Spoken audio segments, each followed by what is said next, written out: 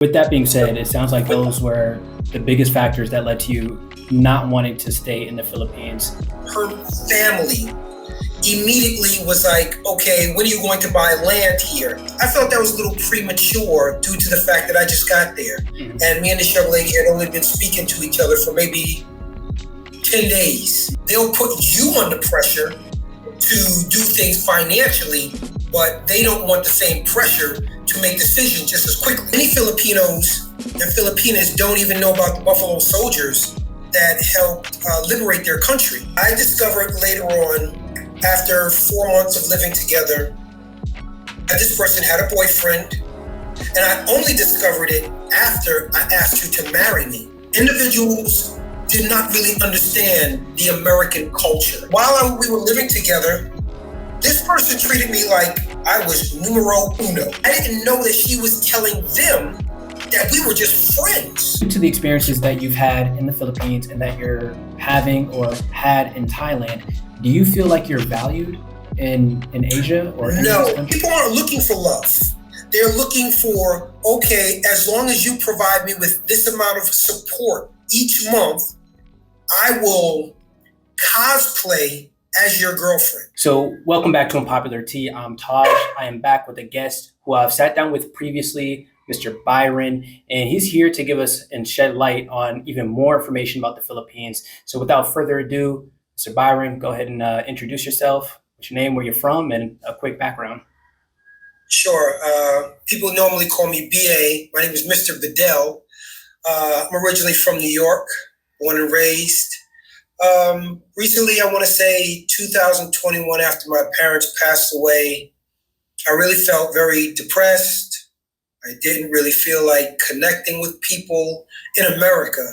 So I decided to just leave for a little while and try to find myself, because I was definitely in a different headspace. And during my journey, I first visited Mexico. I was there for about 6 months. I stayed in the Dominican Republic for 2 years. And while I was there, I was talking with a YouTuber who is currently in the Philippines. His name is the Black Filipino. And he's originally from New York. And I was telling him about things in the Dominican Republic. And he would, give me suggestions about why I should come to the Philippines. So after about 2 years of enduring an experience which I now know why so many other men who were living in the Dominican. Hey guys, it's Taj. I'm just chiming in to let you know that we do have a Patreon set up where some of our full-length videos will be distributed on. We also have member distribution channels here on YouTube, Gold member and Diamond member, where longer form content will be released on the Gold and on the Diamond. So be sure to check it out. If you can't catch the full video on YouTube, we'll see you over at Patreon. Thank you. Dominican Republic now moved to Thailand. I decided to move to the Philippines. Understood. Okay. So right now you are not currently in the Philippines, right? No, I am not. Okay. So do you want to shed some light on that as to why you're not in the Philippines and what you chose instead of living in the Philippines? Okay. During my time in the Philippines, I discovered a great deal of things, as any foreigner would. There's going to be culture shock. There's going to be what I like to call, you're going to discover the hidden truth while you're living there. Because people on social media paint a picture and say, come and join us. Right. And once you get there and once you start to see, this isn't what you told me. This isn't what I read. You start to really sit with boots on the ground. If you can really accept certain unacceptable things that are not unacceptable where you come from, or like a certain level of dysfunction from where you come from. Now, I'm not saying where I come from is perfect. I just know it appears that coming from New York, there appears to have far more organization to things for, professionals anyway. And moving to the Philippines and seeing how individuals did not really understand the American culture. That doesn't say that they, necessarily must, but I think it is necessary to at least understand a culture of individuals when you're in our country, and we need to understand people in the Philippines, their culture. Mm-hmm. Living there in Cebu City, Cebu, I discovered that people don't recognize that Americans really enjoy our space. So if we're online, we don't want someone standing directly in back of us, where if we go to scratch our neck, we're touching their mustache. We don't want that. And that was something that I encountered in the Philippines, as well as, I want to say, there was a disconnect of what is acceptable. What I mean by what's acceptable is, while I was there, I met one young lady, and her mother, well, no, not her mother, her family immediately was like, okay, when are you going to buy land here? And I'm like, we just started talking. I really don't know this young lady. Why am I buying land here? I need to first understand if I really even want to live here longer than 6 months or 1 year. Mm-hmm. And automatically the family's trying to get me to, talk about buying land, settling myself here. And I felt that was a little premature due to the fact that I just got there. Mm-hmm. And me and this young lady had only been speaking to each other for maybe 10 days. Mm-hmm. So they didn't understand my position of, I just got here. Give me some time to understand the culture, understand the people before I'm ready to just, take some money and buy some land and settle here. Because again, coming from a place like New York, we New Yorkers set a standard. And that standard is very, very high, because as a minority, the standard is very high for us. We have to do better, faster, because our counterparts expect that of us. They expect better, faster, smarter. And if we can't provide that for them, well, they'll find someone else who can.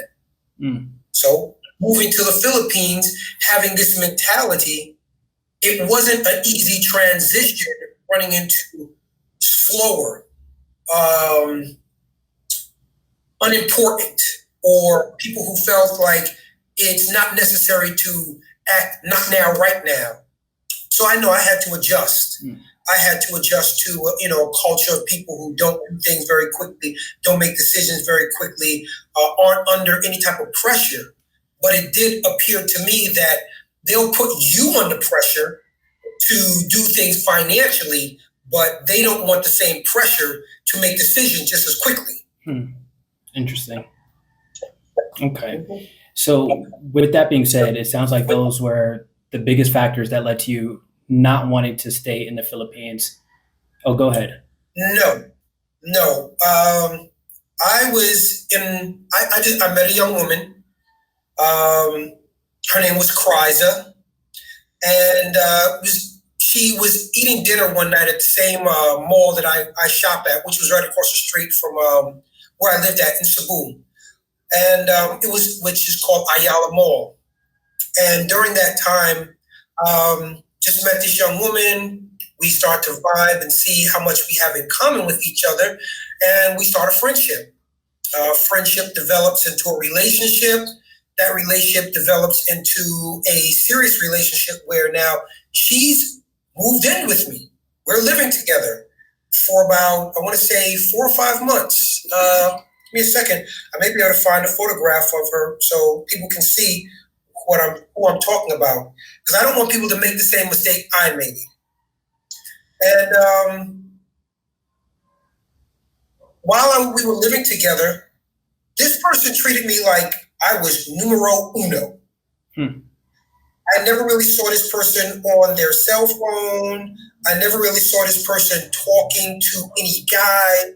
I never really saw like I was sharing this person with someone. So while I was there, this person would, they talked on their telephone to their friends. They had it on speakerphone.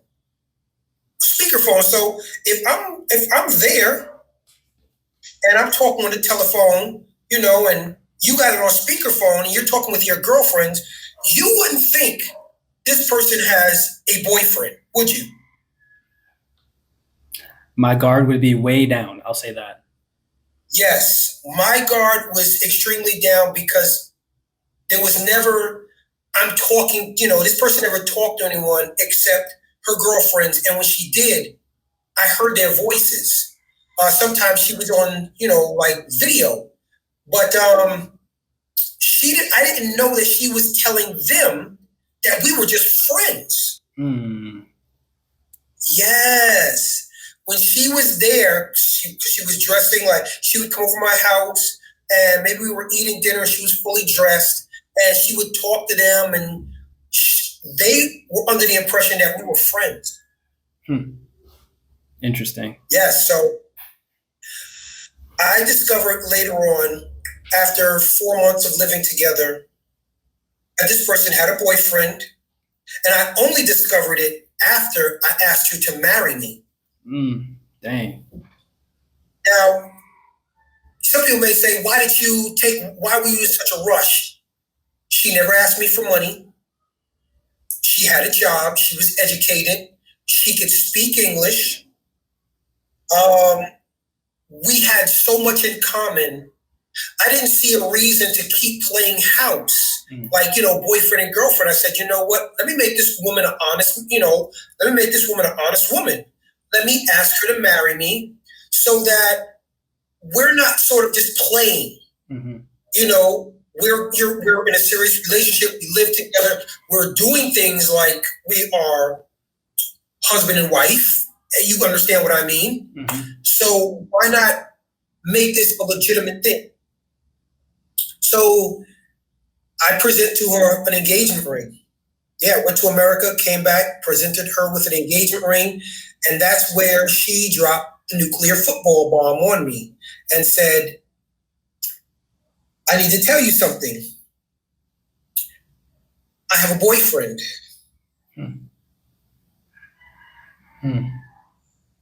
This is a photograph of us together. I don't know if you can see it or not. Oh, yeah.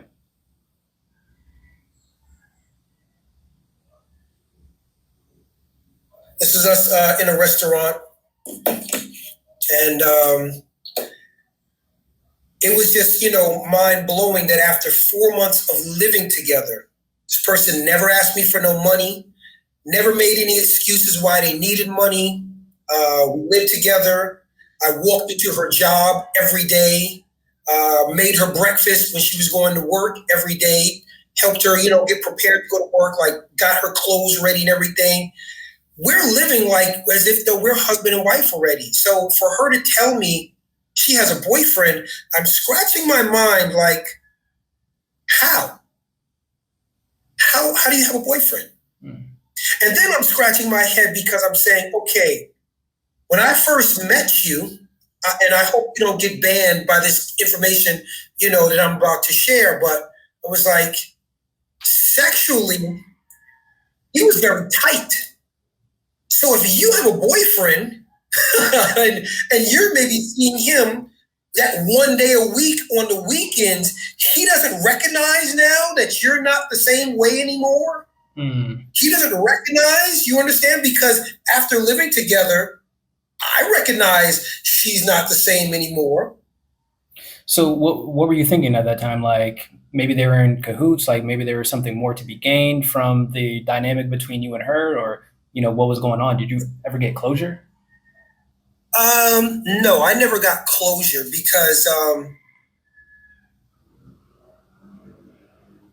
first I needed to know like where they were. She's saying that she's still in a relationship. She explained to me the dynamics of that relationship. And, I was like, well, she says to me, they stopped having sex. And I said, okay, but why are you still with him if you're not being intimate with him? And she couldn't answer that question, which was like, that sort of didn't like logically sit well with me because I'm like, you're not being intimate with this person, but you're still cosplaying with this individual like you're in a relationship with him. So if you're giving him the pretenses that you're in a relationship with him, and I'm under the same impression that you're in a relationship with me, something's not adding up.